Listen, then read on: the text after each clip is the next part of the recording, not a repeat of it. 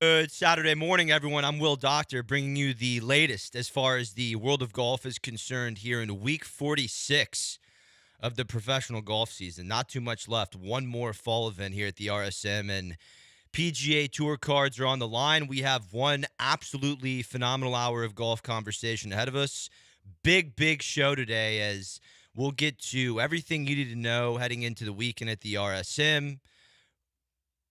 And once again, most of the field there at the Seaside and Plantation course of Sea Island are playing to advance their status on tour in some form or fashion.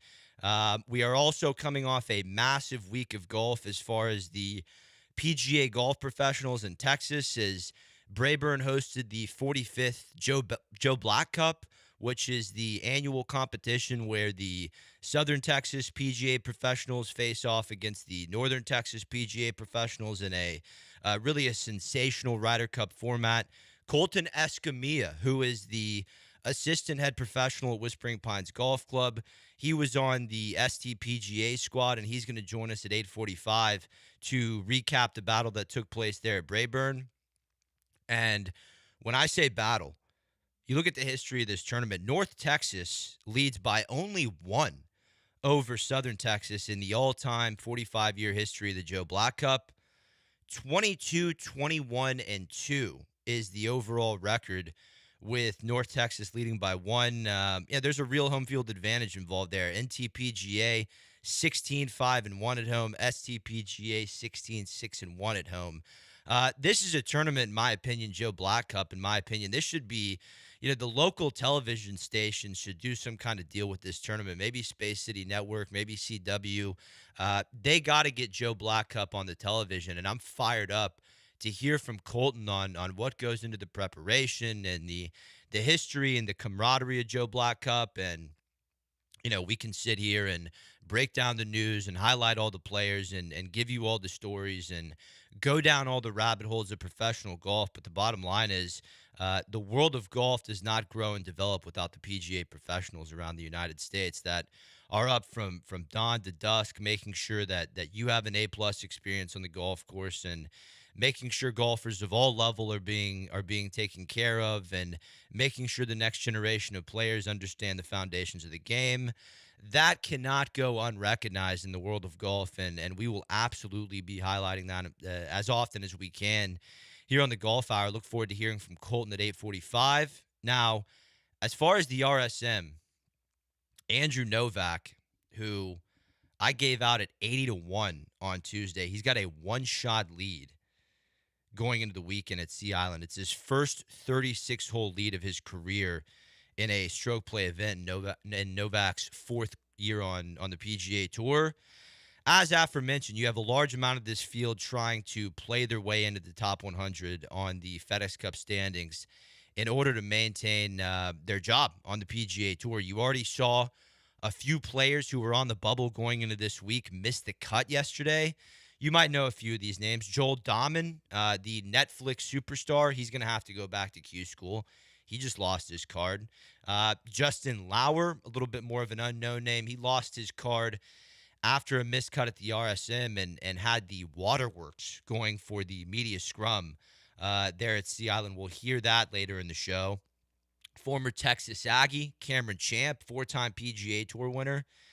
He might be headed back to Q school after missing the cut at the RSM, and he finished 146 on the standings to end the year. You also have players like former Texas standout Bo Hosler, who made the cut on the number, and Bo sitting at 103 on the rankings going into this week. He absolutely had to make the cut this weekend at the RSM, and he's a well-known name. Played the U.S. Open at 14 years old at Olympic. Amazing to think, 6-7 years into his career that Hosler was in the position to lose his card, but you have a lot of veterans like that. Adam Hadwin, another one. Hadwin won the Valspar in 2017, has been on the PGA Tour for the last 11 years, and just had a rough go this year and sitting slightly outside the top 100. He might be making his way back to the Korn Ferry Tour next year. And even for the players who are safely inside the top 100, there is still a lot on the line as far as getting inside that 51 to 60 position on the rankings. If you're inside 51 and 60 by the end of this week, you will get into the first two signature events of 2026 at Torrey Pines and Riviera. You know, someone like Patrick Rodgers, he's in a tie for second at 15 under heading into the weekend after a blackout 61 on Friday. Rodgers is one of these players. He's not playing for his job this week, but at number 63 on the FedEx Cup standings, he knows how important it is to advance 2 spots into that top 61 by the end of this week.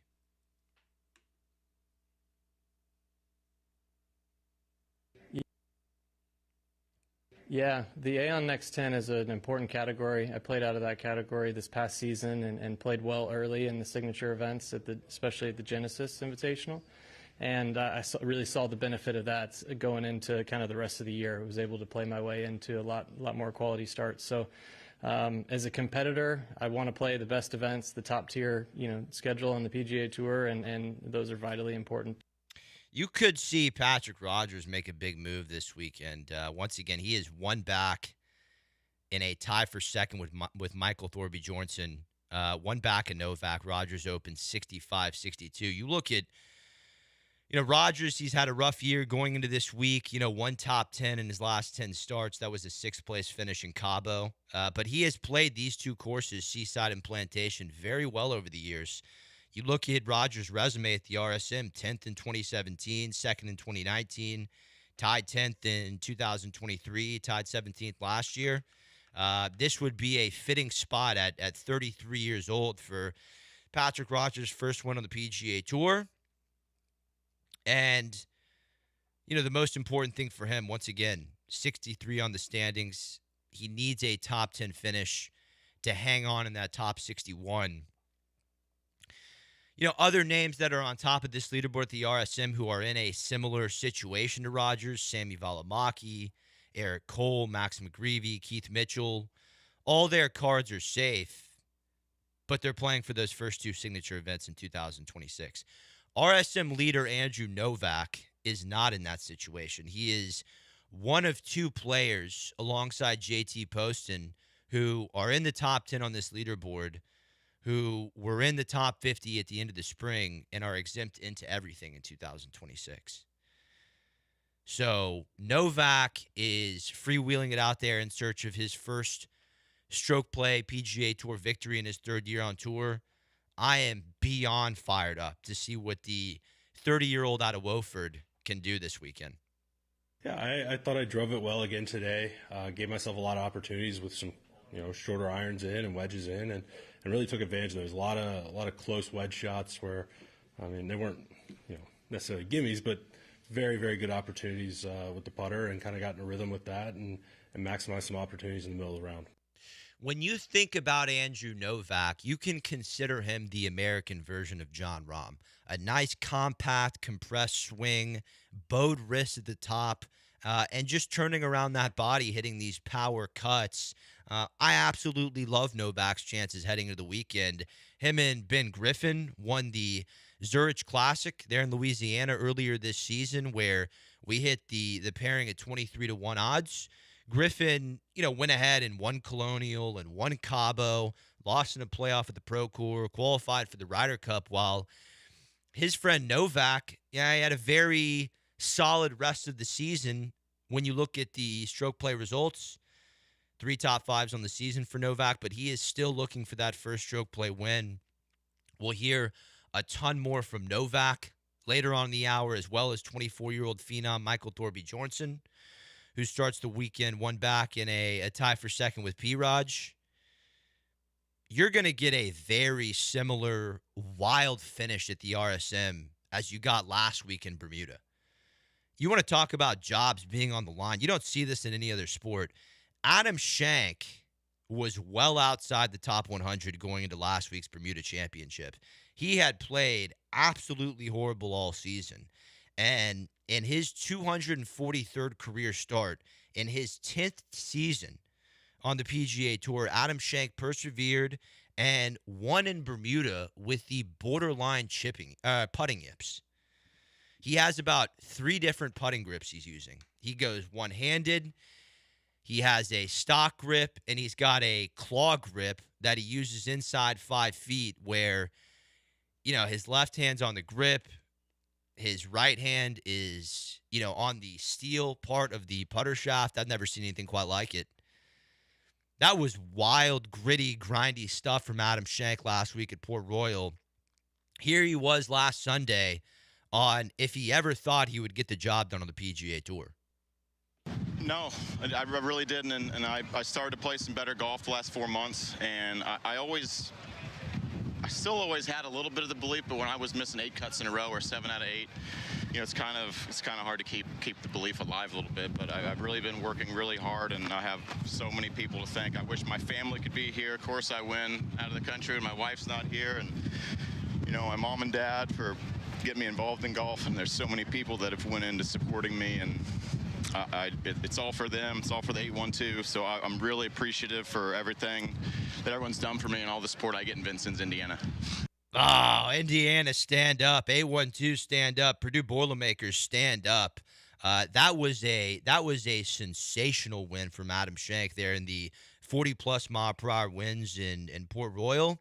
I would say the other great bite that Schenk gave when he was talking after his win is the amount of tinkering that he does with his equipment throughout the season. Schenk is not the longest driver of the golf ball on tour, not short either, 75th on the PGA Tour in driving distance at 304 yards per drive, which is right around PGA Tour average. But it is amazing the changes that he makes to his bag in different conditions, and that was on full display last week. Schenk spoke on that pre-tournament at the RSM before missing the cut. Yeah, a lot of old stuff.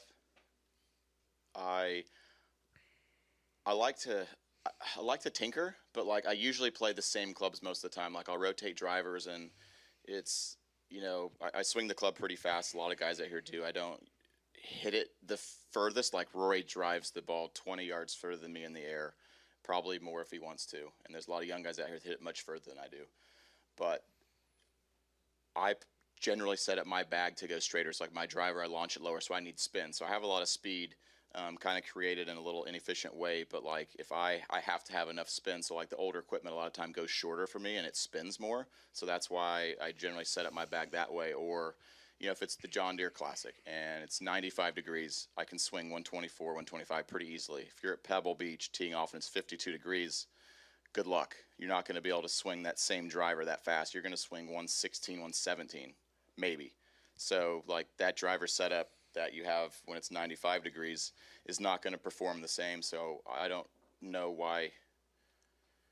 I would say anyone that's a stretch. I'm not going to play the same driver if it's 52 degrees or if it's 95. I'm going to have to make some small change, or I'm going to have to swing the driver that I would play at John Deere significantly different, or I'm going to lose it really, really far right once or twice. And I see it happen a lot early in the mornings, especially when the ball's wet. I feel like the balls nowadays spin a little bit less too. I play an old ball 17V. It spins a little more. So you just, especially when the golf balls are wet in the morning, it will not draw. It's a lot harder to draw everything nowadays. So that's one reason why the older stuff just draws a little bit easier for me. More spin, less speed. It doesn't go as far, but it works for me. And that's why most of the guys cut the ball here now, I think. That is the big takeaway from Adam Schenk's win last week. If, for the listeners at home, you start, as we get into the winter here and the temperatures drop, take your golf bag into your local PGA professional, have them check the specs, see if it's tuned up correctly for the colder weather. This is something Adam Schenk is paying attention to throughout the year. He's someone that, doesn't have as much distance as, let's say, a Michael Thorby Johnson. He finds it in other ways through, adjusting equipment. And in 2025, all of that is at your disposal, whether it's with your PGA professional, whether you go to, the nearest Golf Galaxy. Make sure you have an eye on your equipment in the correct conditions. We got to take a quick break. On the other side, we'll review Rory McIlroy's Seventh Harry Vardon Trophy. Matt Fitzpatrick was the victor of the DP World Tour Championship last week, but Rory McIlroy won the money list. I would say 2025 was his best season to date. We'll get more into that. We'll go over the Chevron Championship moving to Memorial Park. We will talk about which tour Tiger Woods is going to play next year. We'll dive more into leaderboard at the RSM. Remember, Colton Escamilla at 8:45 to recap the Joe Black Cup. This is the Golf Hour with Will Doctor. Back after this.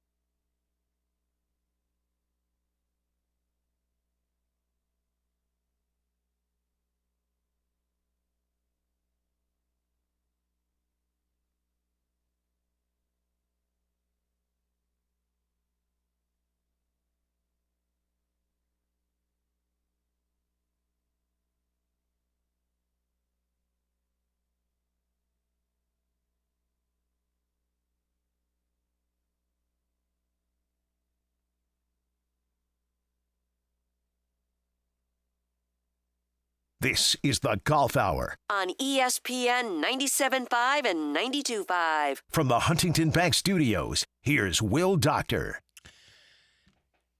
Nice to have you aboard. The other event that took place last week was the DP World Tour Championship at Jumeirah Estates in Dubai, where history was made with Rory McIlroy winning his 7th Race to Dubai title. He didn't win the golf tournament there at the Earth Course. Lost in a playoff to Matthew Fitzpatrick. Rory did surrender a lead late.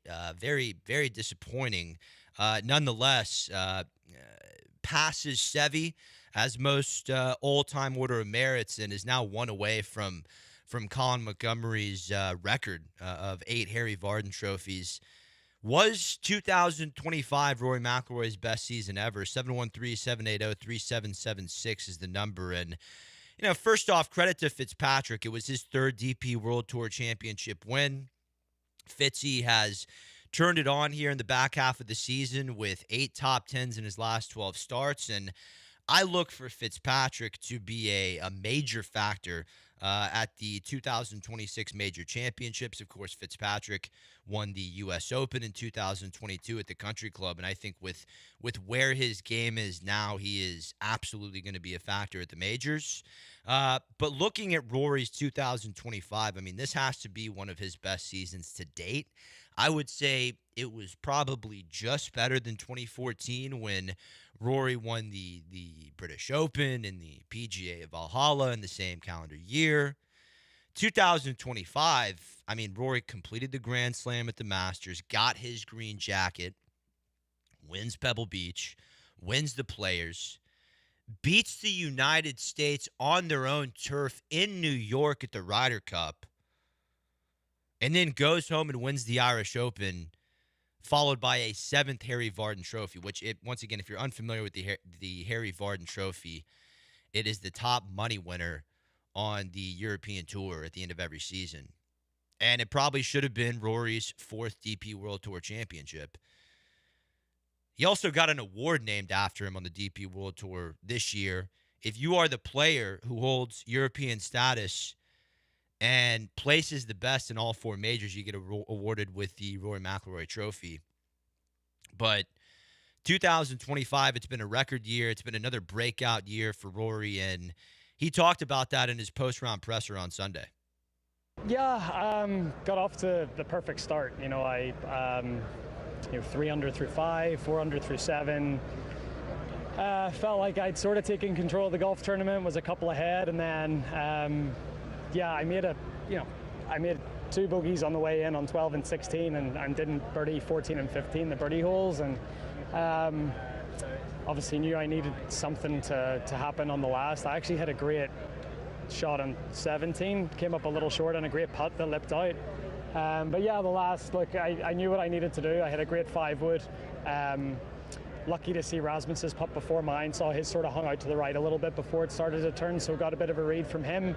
And yeah, look, great way to finish. It was nice to be able to summon what I needed to make the playoff, but yeah, unfortunately hitting it in the water there on 18 in the playoff just sort of put me behind the 8 ball. But you know, happy for Matt. He's had a great end of the season. You know, played great, you know, to get on the Ryder Cup team, and then you know he sort of kept it going since. So really happy for him as well. It's all class from Rory McIlroy there after the tough loss in the playoff to Fitzpatrick, and it's hard at this point not to crown Rory McIlroy as the best European golfer of all time. I understand Sir Nick Faldo has 6 majors, and Rory right now is 1 shy of that all time. But Rory is the only European with the career Grand Slam, and you look at his win totals, he has doubled the amount of wins on the PGA Tour and the DP World Tour compared to Nick Faldo and Seve Ballesteros. Seve and Rory were tied as far as race to Dubai titles going into last week. Rory passed him there, but the respect level when Rory was asked about it was absolutely off the charts. He was Rory on passing Seve. It's amazing. I had a conversation with his wife Carmen before I went out to play today, and you know, she told me how proud he would have been, and yeah, it's I said this on this screen last year to you. He means so much to this tour and to the European Ryder Cup team, and we rally so much around his spirit and his quotes and everything he meant for European golf, and to equal him last year was cool, but to surpass him this year, I didn't get this far in my dreams, so it's very cool. What current American player talks about a legend like the way Europeans talk about Seve?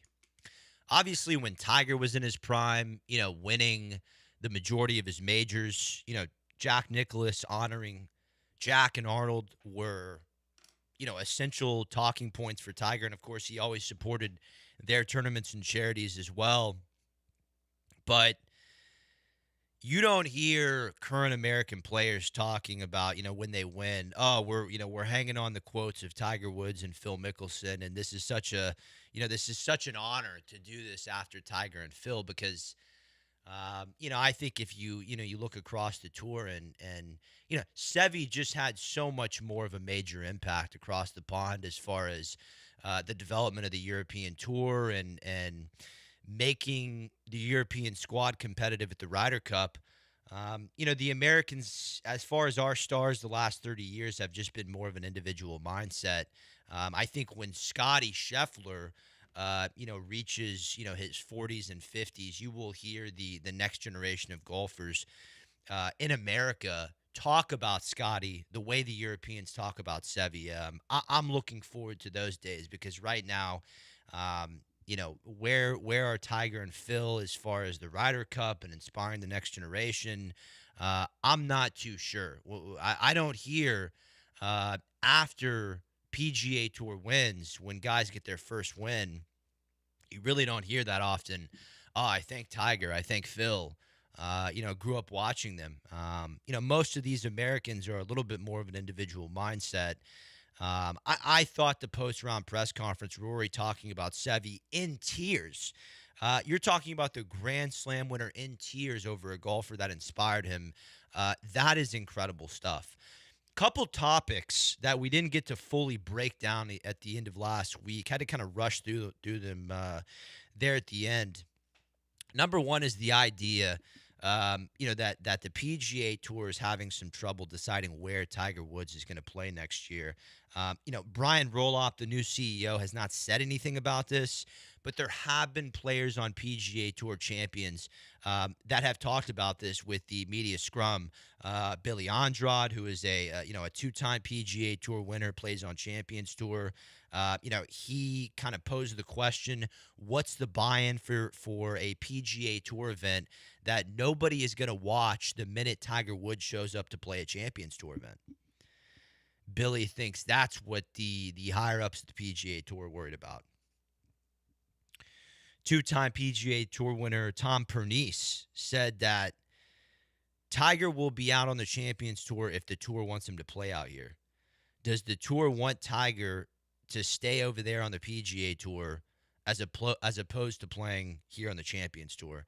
That is the question. Once again, we breezed through this a little bit last week, really didn't go in depth.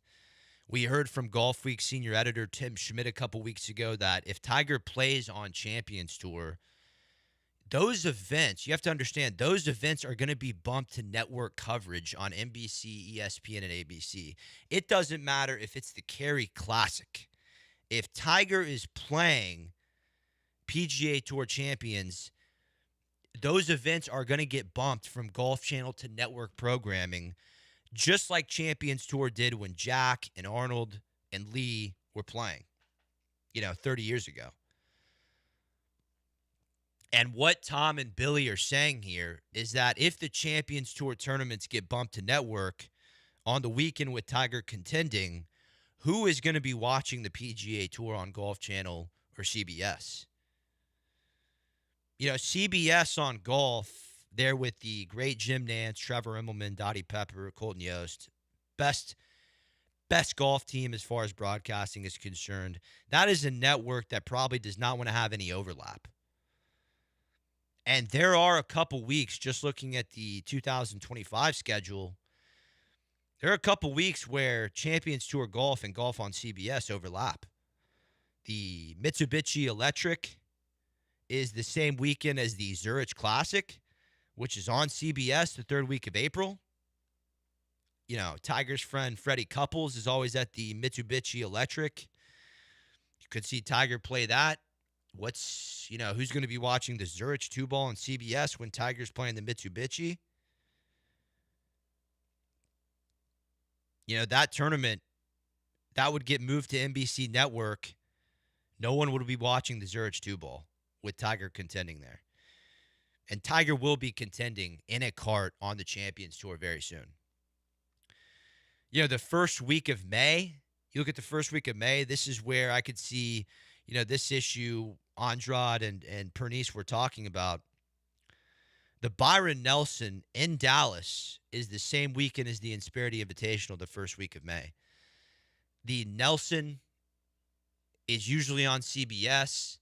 The Insperity Invitational is usually on Golf Channel here in the Woodlands. You have to understand, Scotty Scheffler is the face of the PGA Tour and will be playing the Byron Nelson in Dallas for the next 20 years. They're at home. Tiger Woods is now the face of Insperity. They will be expecting him to play at their tournament in the Woodlands for the next 20 years. And what is PGA Tour Enterprise going to do when they have Scotty contending on Sunday in Dallas on CBS while Tiger is in the same time zone at the Insperity Invitational contending, and in that situation, the Insperity would get bumped from Golf Channel to Network NBC. That is kind of, I don't want to call it a problem because the more golf, the better. I mean, when you ask me, I can have Scotty at the Byron Nelson on television while I'm watching Tiger on my iPad at the same time. This is music to my ears. The networks, though, and the suits at the PGA Tour could have a major problem with this. That needs to be, needs to get figured out. There's some more potential changes coming to the schedule in 2027. Harris English tipped it this week at the RSM Classic. We'll get to that on the other side. We'll dive more into the leaderboard at the RSM, hear from the leaders. Remember, Colton Escamilla at 8:45. We'll be back after this break on the Golf Hour hosted by Will Doctor.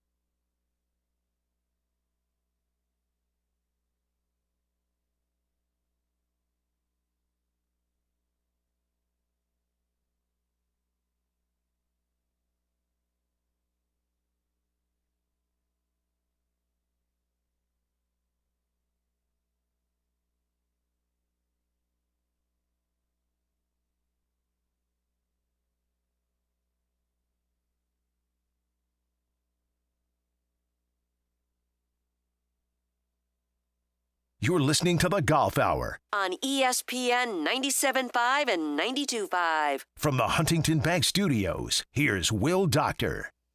Oh, I'm fired up for the RSM Classic this weekend.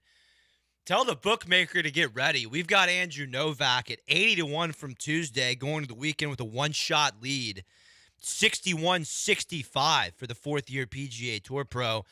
We'll get to Novak here in a little bit. Got a lot of audio from a Novak interview after his round yesterday. We'll get to that. Get to Grayson Sigg, Patrick Rogers, Michael Thorpe Bjornsson. Hear from all of them here in the next few minutes. You know, on the topic of scheduling and the tour's future under new CEO Brian Rolop, we did hear from Harris English in the RSM press room that the higher-ups at the PGA Tour are working up a 20 to 22 event PGA Tour schedule that would start after the Super Bowl rather than a 36-plus event, you know, year-round calendar golf season. Listen into English here. The tour has changed a lot since I first came on tour back in 2012. It's going to keep evolving. I mean, we got some smart guys at the helm. Now with Brian Rolap coming in, he's seeing the PGA Tour in a different light, and sometimes change is good. I mean, I get that they want all the best players playing together more often, and the talk of the tour potentially starting after the Super Bowl, I think, is a pretty good thing because we can't really compete with football. So we'll see. We'll see where it goes. I know it's going to get tougher and tougher, and the goalposts are moving a little bit, and I know it's going to get harder for me. I mean, at 36 years old, I'm not getting any younger, but we'll see where it goes. I mean, everybody's in for the good of the PGA Tour and to make our product the best it can be, and whatever that takes is what it takes. It seems like the guys, the top players, got into the treehouse and pulled the ladder up after them. What do you think about that? Yeah, I think that's what they're going to change down the road, maybe in 2027, is have all the tournaments be equal and not have the 8 elevated events and then the regular events. Like, they'll have 20 or 22 events that are all the same, and I think that's a good model to have. And that's where we see all the top players play every single event because you can't really afford to take one off. But as it goes for the elevated events, like I love, even if they weren't elevated, I'd probably play all of them. Sure. I have for a long time. Really, Pebble's the only one that I didn't play for a good amount of time in my career, just where it fell on the schedule. I love playing on the West Coast. I love kind of getting off to that start of playing a lot of events over there and get your season started off good. But we'll see where it goes. I think they'll more go on where 20 events are all the same, all the points, all the money, everything the same. I don't have any information on this outside of what Harris English said. The cancellation of the signature events, get 100 players in those events, get rid of the 70-player field with no cut. Getting rid of those would be music to my ears. But what I'm still trying to piece together is where the West Coast swing would go to start the year. The Super Bowl is always the second Sunday of February. And I 100% concur that golf cannot compete with football, not NFL, not college football. The numbers don't compare. But where do the 6 tournaments on the West Coast go that are currently before the Super Bowl? That's Kapalua, Sony, Amex at Coachella, Farmers Insurance at Torrey, Phoenix Open, and Pebble. Those are all before Super Bowl Sunday. So do you start the season at Torrey or do you start the season, with the Florida Swing? I'll be interested to see what happens there. You will have, based on what Harris is saying, you'll have 22 events between late February and late August, 125-man fields. And then you will have a fall series during football season where the players outside the top 100 can re-qualify for the tour. But as I understand, the change that would be made is anyone who keeps their card after the spring could not play in the fall. So if you're looking at this RSM Classic leaderboard, in the future format, guys like Andrew Novak and Michael Thorby Jorgensen wouldn't have been allowed in this field because they kept their card after the spring. So we'll keep an eye on that. I don't have all the facts there, and I know the change of schedule is a fluid situation, as we saw this past year where, they changed the Tour Championship format in the middle of the season. So that's number one. Number two, I want to get through this quickly so we can get to some of these RSM interviews. Number two is the Chevron Championships move to Memorial Park. I did finally get a hold of Chevron Championship Chairman Glenn Weckerlin, and he's going to join us here live soon. But I can tell you that this was an announcement that was leaked way too early with a ton of misinformation. Glenn told me all this. There was a ton of misinformation in this release by none other than one Beth Ann Nickel of Golf Week. Nickel broke the story last week with false information, fake news, and, was probably too focused covering Kai Trump's every movement back at the Annika. Look, regardless of the lack of journalistic integrity there by Nickel, this is a major positive for the city of Houston. It's going to be way easier for Houstonians to now get out and watch the best LPGA players in the world at their first major. Memorial Park, it does a fabulous job with the Houston Open. The Chevron is going to take place 2 weeks after the Houston Open, 1 week after the Masters. So I'm sure that the LPGA is going to save some money infrastructure-wise. And let's just be honest here. Both courses at Carlton Woods are absolutely fantastic. Some of the best golf you can find in Texas. But this was not the most fan-accessible location. I mean, you're an hour plus north of Houston. You have to park and ride 20 minutes away from the course, catch the shuttle. You've got the Woodlands Ironman going on in the middle of the tournament. When the Ironman's going on, they basically shut down the whole Woodlands. No one can get in and out. And that's how you end up getting no fans at the Chevron Championship. And I do not believe that's going to happen at Memorial Park. So that's a big positive. As far as this leaderboard at the RSM Classic, let's start with Andrew Novak. He holds a one-shot lead at 16 under. Let's start with the fact that he backed up a 61 with a 65. Here were his words on that. I mean, I wasn't even leading.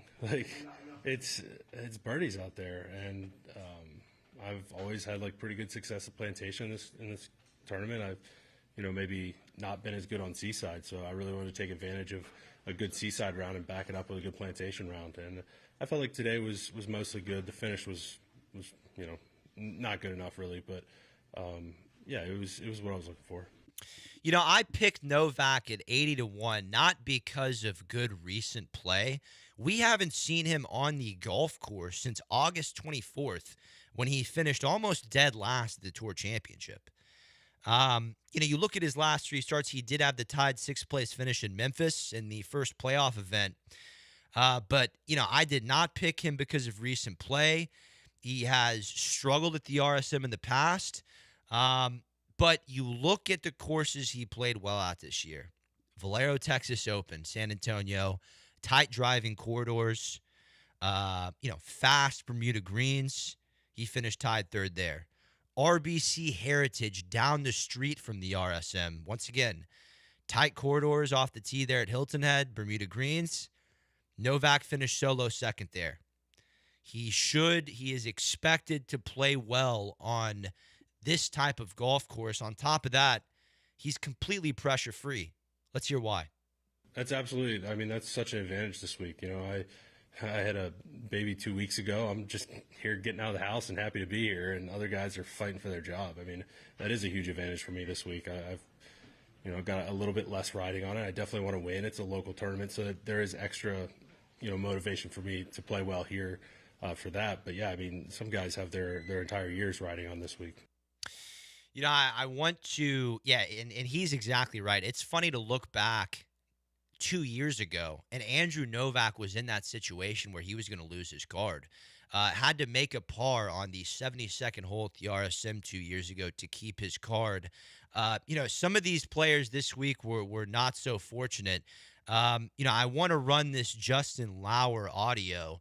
He just lost his PGA Tour card, and he was fuming, crying to the media scrum after missing the cut by a couple shots. Here is a feel of the emotion that goes into this week, and ultimately someone who came up short in Justin Lauer. I don't know. I'm just pretty pissed off, to be honest. I don't really have anything else to say. Anything I seem to say or anytime I speak my mind, people tend to not like it, so I'm just not going to say a whole lot. There's a whole lot I could say about the changes and everything, but obviously in the situation I'm in, I feel threatened by that, which I totally get. I totally get the need for these changes. Do I agree with them? No. I don't think our product is that bad to where we have to blow everything up, which is what it seemed like. But obviously I had a shitty year. I mean, I missed a lot of cuts. I missed a lot of cuts by a shot. I shot 27 over at the U.S. Open for 2 days. Did I have my best stuff this year? Absolutely not. But I worked my ass off this fall. And to come up this short, it sucks. Did I need, an awesome weekend, an awesome day, an awesome weekend to absolutely have a chance at the top 100? Yeah, I did. I think I needed to finish solo 7th for everything. I mean, that's to get a top 10 just like that. I mean, that's unless you're Scotty or Tiger or one of the really, really good players, it just doesn't happen just like that. So, and I played okay for the past couple of days. My putting's been shitty all year, but it just really sucks the situation that I'm in and the situation other guys are in. And I don't like the direction the tour's going, but. Yeah, a lot of people are, unhappy with, obviously, Harris English leaked the maybe new schedule. Someone like Justin Lauer, who's outside of the top 100, on the FedEx Cup standings and is ultimately going to lose his card. He is not happy about this. And Justin Lauer, what a story. I mean, played his golf at an NAIA college, lost his dad and brother at 15 years old, and has been commendable through 4 seasons on the PGA Tour. But as he said, if you don't have those couple top 10, top 5 finishes on the year, you're not going to retain your job. That is the brutal reality of professional golf. We have Colton Escamilla coming in on the other side to recap the 45th Joe Black Cup. I'm fired up for that. Maybe you have time to take one of your calls. This is the Golf Hour with Will Doctor. We'll be back after this. Mike Booker, chairman of the Texas Golf Hall of Fame and holder of a record number of Texas Golf Association championships. The Texas Golf Hall of Fame is the foundation of golf in our great state. So many great individuals: Ben Hogan, Byron Nelson, Kathy Whitworth, Ben Crenshaw, Babe Zaharias, Tom Kite, and many more lead the way in making golf in Texas known around the world. Learn about the historic golf courses and the individuals that promoted the game through leadership, teaching, and passion. Texas and golf go hand in hand in the history of the game and camaraderie. Together we can honor the past, celebrate the present, and inspire future generations of Texas golfers. Golf is a sport for everyone, and I encourage you to experience the history of Texas golf digitally at texasgolfhof.org and share with your golf family and friends. That's texasgolfhof.org. See you on the course.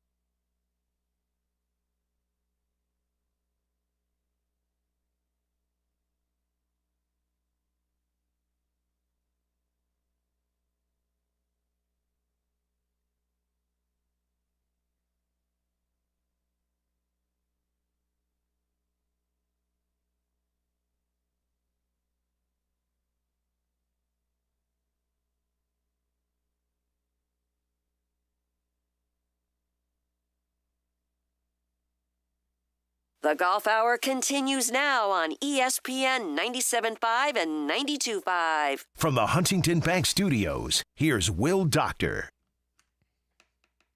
Nice to have you aboard. 45 minutes of absolutely phenomenal golf conversation in the books. We're going to get to Colton Escamilla here in just a second to recap the 45th Joe Black Cup matches. As far as the RSM, Andrew Novak is your leader by 1 shot over Patrick Rogers and Michael Thorpe Bjornsson.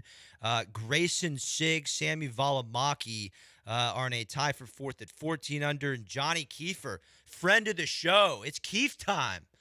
He's in solo 6th at 13 under after rounds of 65, 64. Let's get to one of your calls before we get to Colton Escamilla. 713-780-3776 is the number. Timmy time. What's going on, Tim? You're on the Golf Hour with Will Doctor. Fire away. Oh, round 3's already kicked off, and Novak's at the lead at 16 under. But I don't think we can count out who was first-round leader after round 1 as well, co-leader Davis Thompson. 1 under through 2 out there, Thompson. Golf. And, but not just that. It's his mom's birthday today. His sister just had her second child, first son. So Davis is now an uncle to. He's now has a nephew. So uncle duties are on the rise, and so family and friends are all telling us he's a local Sea Island, and his sister lives kind of right down the road at St. Simons. So he's had a lot going on this week, and as his nephew was born just a couple weeks ago. So my concern was, where is he in the mindset? Is he focused? Is he enjoying time with family? And I think it's used as some motivation to come out firing this week at the RSM. And it also doesn't hurt that his dad's the tournament director as well. So a lot of good positives going for Davis Thompson on the golf course and off the golf course. Timmy, great call. You know, Thompson 62-71. I don't think we should be very worried about, you know, the little bit of a stall out that Thompson had on the greens yesterday. Followed up the 62 at the 71. Right now, 100 to 1 to win, 6 back of Novak. I think Thompson, Timmy time, I think he absolutely gets back in there in the top 10. I think Vince Whaley is someone to keep an eye on. 2 under through 2, 11 under par. He's been playing some great golf, but great call there from Tim. We'll keep an eye on the RSM Classic. Let's go to the guest line and welcome in Colton Escamilla, the assistant head professional at Whispering Pines Golf Club, the #1 course in Texas. Last week, Colton represented the Southern Texas PGA section in the historic 45th Texas Joe Black Cup matches, a prestigious annual team competition dating back to 1981 that brings together some of the very best PGA professionals in the state. And Colton's going to share some insights fresh off the intense 2-day showdown there at Brayburn Country Club. And he joins us from Whispering Pines this morning. Colton, you're live on ESPN Houston. How we doing this morning, Pro? Doing well. Another beautiful day out at the Pines. Thank you for having me on, Will. You got it, Colton. Now listen, let's start with the 45th Joe Black Cup. I know the Northerners won this year, but this has been a closely contested cup over the tournament's 45-year existence. 22, 21, and 2 is how it stands right now, with the NTPGA holding a 1-win lead. How much anticipation circulates amongst the professionals every year when it comes to the Joe Black Cup? I would say a lot. I think it's safe to say, anyone that is eligible to qualify, sets it as a goal to qualify for the team and represent your section in this Ryder Cup format match play event. And how does the qualification process work? Was this your first time competing for the STPGA? Yeah, it was my first time playing in it. Hopefully it won't be my last. I had an absolute blast and a lot of really good experience as far as the competitiveness of golf goes. But we qualify. We have 4 majors throughout the year is what we call them, and they're all stroke play events, and you get points based off where you finish. And then our last event of the year, our section championship, is part of that qualification process as well. So there's a points list based off of those 5 stroke play events, and the top 10 players that are eligible, so it's your top 10, Class A head golf professionals, directors of golf, or general managers, automatically qualify for the team. There's one captain's pick, and then the president of each section gets to qualify as well. And I know that there is a lot of legends on site at the Joe Black Cup every year. I mean, it's a time where past professionals, get together, go out there and support either the Southern Texas or Northern Texas PGA. Was there a moment there in the week where you had a past pro of the STPGA get the team fired up? Was there a good moment with that kind of aura there at the 45th Joe Black Cup? Probably at the opening night dinner. I mean, you had legends of Texas golf. You have Charlie Epps there. You have Brent Buckman, Gordon Johnson. Obviously, I'm more familiar with the South Texas guys, but I know that there were a lot of legends on the North Texas side too. And, all those guys have played and competed and, captained this team at some point. And they're all coming up, wishing us the best and telling us to play well and play our games. But the moment, I guess, that got me the most fired up was one of my mentors, Joe Mitchell, who's played on the team, I think, a dozen times or so, 10 or 12 times. And he was a last-minute sub-in for us. And, before we went and played, he just reminded everyone, nerves are a privilege. And, I mean, gosh, you want to talk about nervous on the first tee. I hadn't been that nervous in a golf tournament in a while. And I had to remind myself, it's a privilege to be nervous, to get to embrace that pressure. Colton, how about you coming through in your singles match on the final day, beating Keith Harris 3-1? I mean, for the listener at home who is getting ready for their local game, obviously, as you know, there's a lot of club championships that end in match play format. What's your one tip for them, when it comes to those tournaments and maybe something you took away from that final day in your singles match? Yeah, I mean, when you're playing match play, it's obviously completely different than stroke play in that the previous hole doesn't matter. Obviously, if you win or lose it, it's a big deal. But technically, your cumulative score on the day doesn't matter. So I just really like to focus on the task at hand.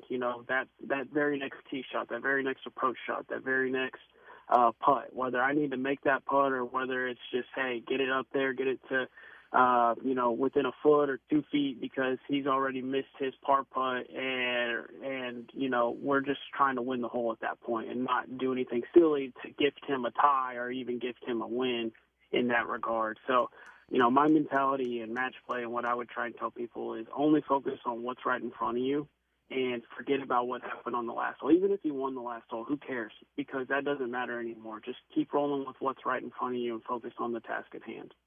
Once again, Colton Escamilla, assistant head golf professional at Whispering Pines, joins us live on ESPN 97.5 Houston.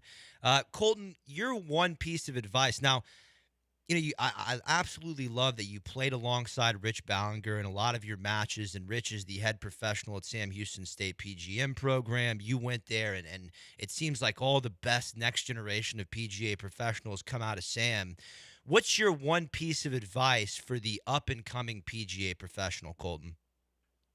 Yeah, if you're thinking about, becoming a PGA golf pro and you still want to go to college or, go that route, I think the Sam Houston State program is probably the best way to do it because for the internships you have to go on, you go on 4 different internships. You can truly experiment in the industry and figure out, do you like resort style? Do you like private? Do you like public? Do you want to teach? Do you want to run tournaments? There's so many different avenues to experiment with, and you can experience different parts of the country. You can, you build a network. I think it's without a doubt probably the best way to do it if you're able to. I'm a proud alum, obviously. And I'm very proud of the program, and I think Rich has built a culture of excellence there. And like you said, there are a ton of really good golf professionals in Texas at the moment that are graduates of that program. Colton, absolutely spectacular job in our short time together. Unfortunately, the show is out of time. I'm going to get you back on, get you in here for 2 segments. Absolutely love the way you speak and love what you do for the game. And congratulations on a great effort at the Joe Black Cup. I look forward to get out in there and cover the tournament next year. And we'll talk soon, my friend. Awesome. Thank you, Will. All right, Colton. That is Colton Escamilla. In case you missed that interview, you can find it on Apple Podcasts and Spotify. We're out of time here on the Golf Hour hosted by Will Doctor. We'll talk next week.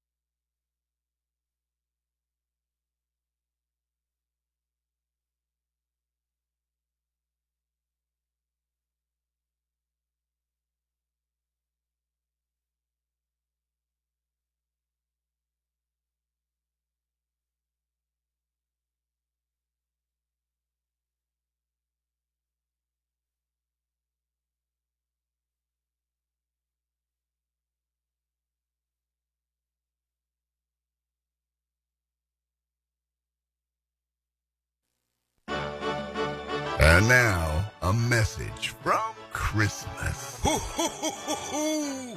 Hi, it's Santa Claus for Christmas, America's #1 holiday. Ho, ho, ho. I've been told that those poor, sad bitches over at Thanksgiving are unhappy with their place in the holiday hierarchy. And that's understandable. I mean, Christmas is about the spirit of giving, while Thanksgiving is about the pilgrims coming to America and giving smallpox to the Native Americans. I mean, what the hell? That's pretty naughty. Christmas is chopping down a beautiful tree and covering it with lights and tinsel and ornaments. Thanksgiving is chopping off the head of a defenseless bird and shoving apples up its ho, ho, ho, ho. You know, Thanksgiving, you're just like a rest area. People stop over, they eat, maybe they take a nap, and then they get back on the road to where they really want to be. That destination is Christmas. So Thanksgiving, just be glad we keep you around. Ho, ho, ho, ho, ho. And live from the United States, it's Saturday morning. Ho, ho, ho, It's the John Clay Wolf Show, starring John Clay Wolf with J.D. Ryan, Michael Turley, and Bobby Brown. And featuring DJ Pre-K, Keith Richards, Rush Limbaugh, and Satan, the Prince of Darkness. And now your host, John Clay Wolf. Morning, everybody. It is Saturday, November 22nd. How the hell are you? Got a great show lined up for you. I don't think Corolla's going to make it in here today because they're leaving from Houston this morning. So they got a 3-hour drive, 3.5-hour drive. We were all wondering, kind of. He did 2 shows last night, right? Yeah, Woodlands. And they did 2 shows in Fort Worth. We got a VIP thing. There's a few slots left for that if you want to do a VIP pre-show with Adam at the Saloon. All right. It's $75, and all the money goes to 2 charities here locally. And Graham Elliott from the Food Network will be there too. But if you go to Rattlesnake Roadhouse or Walnut Springs Rally, you can get the details on that. But yeah, Adam Carolla is doing his show tonight. That'll be a blast. And John Clay Wolf's going to open for him. Maybe. Oh, you can do it. Come on. Well, he's not bringing his girl to open, so, I mean, there's a slot there. I bet he's got an opener. I think a lot of times when he flies around the country, he just calls friends that are in those zones. Sure. And they open for him. I did not ask. He hasn't called you and said, "Hey, John." I've been around him a lot. We just haven't talked about it. He spent the night at the house, and the kids didn't know who he was. And I'm like, "Hey, will you take my son to school in the morning?" The 6th grade. Yeah, right. Yeah, I'll do that. He did not. He would have. I was just jacking with him. Yeah. Hilarious, dude. He would have. That'd been great. And Foose drew him when he spent the night the other night. He drew him a Speed McQueen. Saw that on Facebook. That was pretty cool. That was very cool. 800-800-7234, 800-800-radio. It is time for You Just Lost a Listener. You just lost a listener. Well, this is kind of a weird one, actually, this week. It's coming from Angelique in San Antonio, Texas, and it's about Bobo, believe it or not. Hey, Bobby, I really thought we had something special. This is Angelique, Bobby. I've been hearing your dreamy voice on the radio since I was 39, and I always wanted to meet you. The night I did, you told me you never met a fan as beautiful as I that night.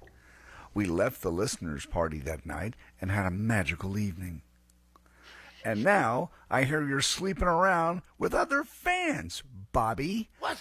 I guess this explains why you don't talk to me on Facebook anymore. I thought we had something special. Turns out you're just like all the other big-shot radio stars, an inconsiderate whore. Oh. My God. You lost this listener. Angela?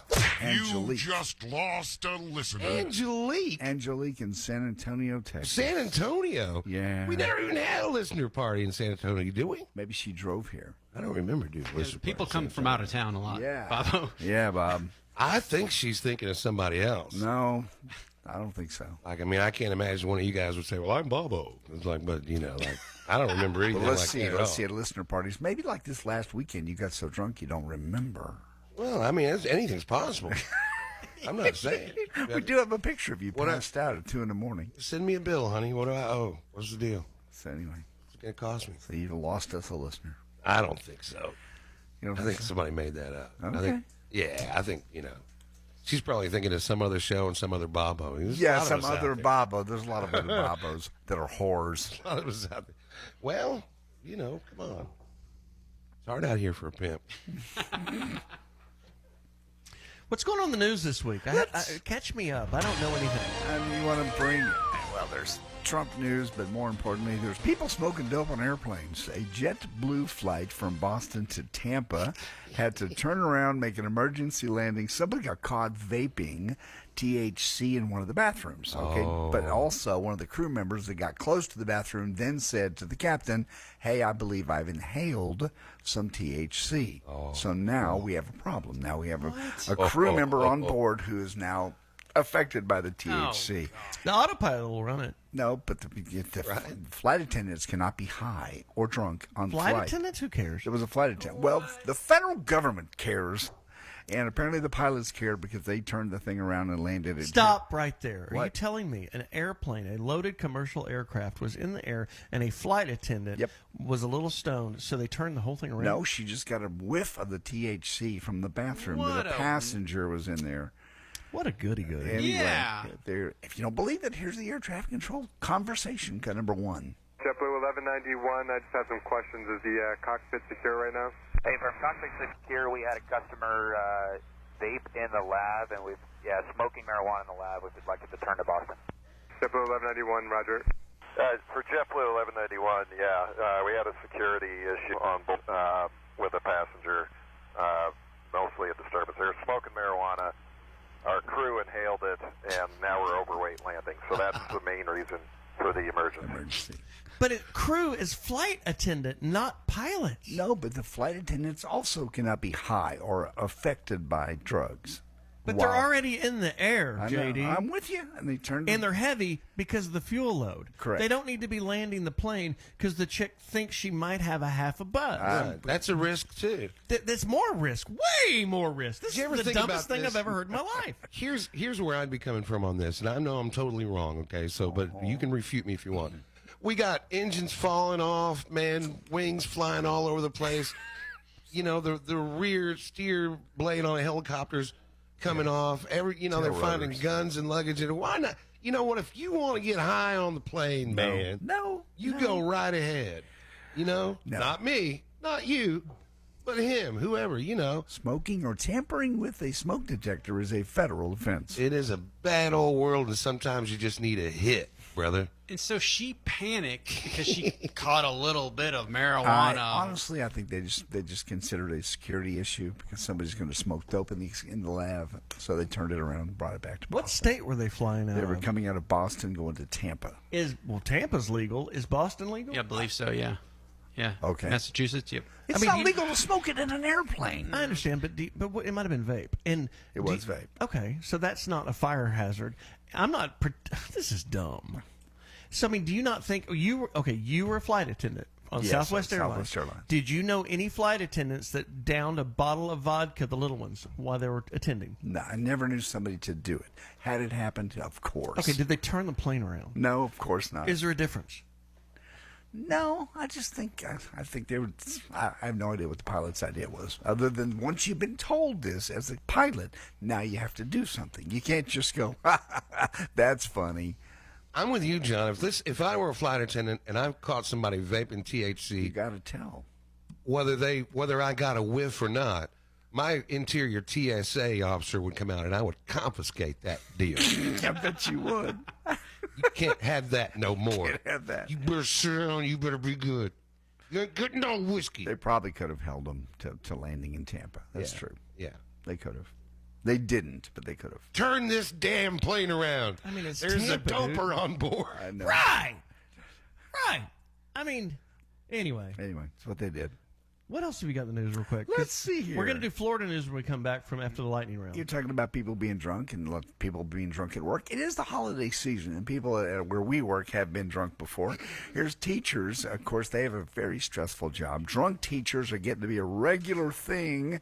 This week, a 30-year-old substitute gym teacher at an elementary school in Wisconsin arrested.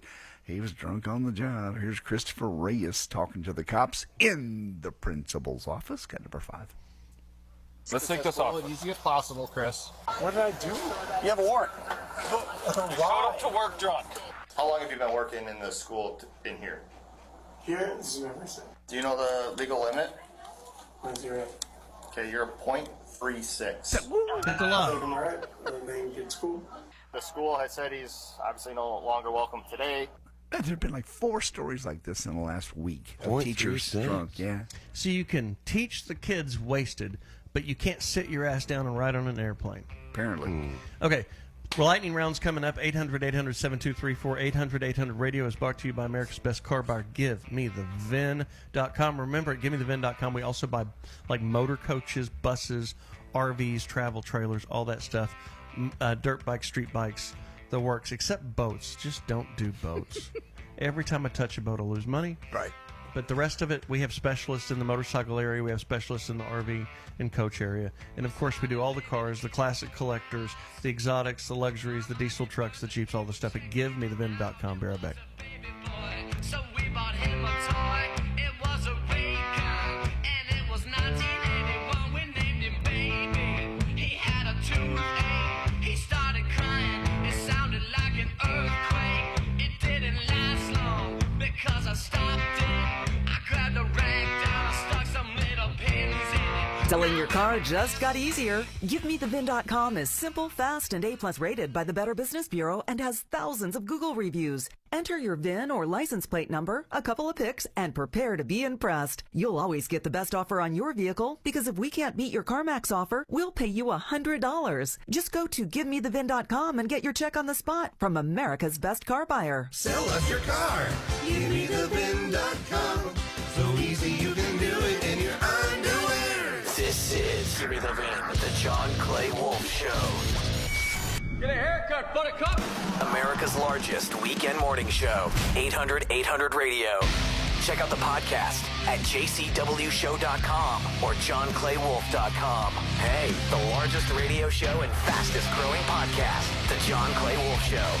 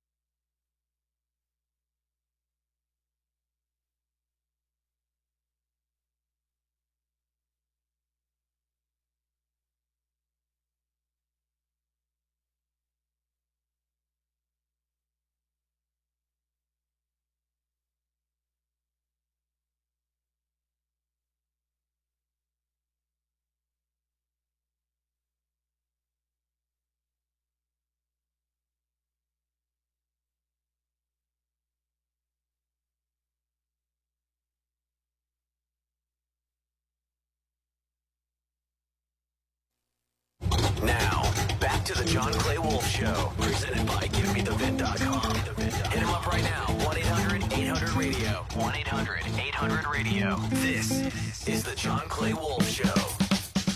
Brett, what kind of Subaru do you have? I got WRX 2019 Premium. Okay. How many miles? 126,000. Is it broken? No, it's in immaculate shape. I know these tend to have they're stereotyped in a negative way sometimes, but this one's been phenomenal. I've never had, no mechanical issues. Is it an STI? It's not an STI, no. Okay, premium. It's got 120,000 miles on it? 126. It's worth $12,000. What's that? 12? Yep. Yeah, no, that's kind of what I was figuring. No, I can't do that. I appreciate it though. Okay. If you can go sell it for whatever you said, then come back and buy some from me for $12,800, and you'll make yourself a good living. Our listeners are the best salespeople on the planet because they seem to be able to sell this stuff for these prices. Now, that one lady that called in that her husband died trying to get his price, he's passed away, and now she's moving, and she still wants his price. Sometimes you die with these old cars. Speech impediment Terrence, good morning, you're on the air. Yes, John, I'd like to thank you For what? so very much What did I do? for having your show. I have a pay. It's called Kendra. I call her Kendra from Elder Care. I love her and I thank her very much for looking out for me. How old are you?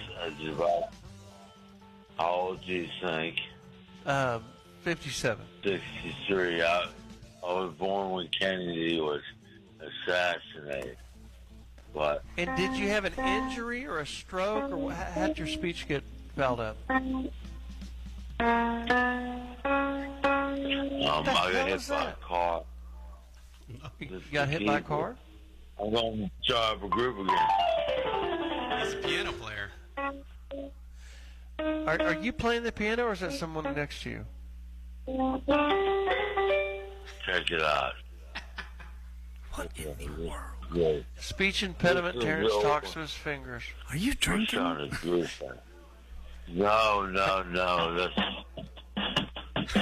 to do a rap.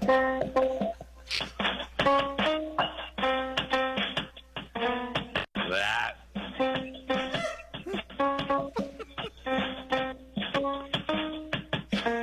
That. If this isn't quality entertainment, I don't know what Man.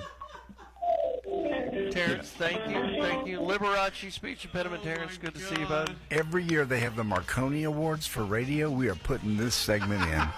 We are. You're listening to the John Clay Wolf Show. The guy's a blackout drunk. 800-800-RADIO. Yo, give me the VIN. Hey, want more John Clay Wolf? Who are you, his wife? Who are you, his mother? Go to jcwshow.com for the fastest growing podcast in the U.S.